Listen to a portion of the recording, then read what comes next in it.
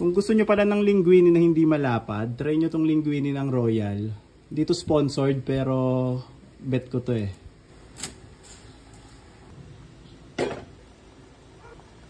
Yung oil na rin ng pesto sauce yung gagamitin ko pang gisa ng bawang. Bago matusta yung bawang, ilalagay ko na tong tuna. Tapos gisa lang natin saglit. Aray! Timplahan ko lang ng konting salt. Pepper pala. Saka ng salt. Optional tong olives. Kung di nyo trip, huwag kayo maglagay. Pero kami ni Esme, trip namin to eh. Medyo madami. Masarap. Pag nagisa na yung olives, pwede natin lagay yung lahat ng pesto sauce. Magdadagdag lang pala ako ng konting basil leaves. Bale, antayin na lang natin maluto yung pasta. Gusto mo ba lagyan ng cream, lab? Gusto daw ni Esme may konting cream, so lalagyan natin.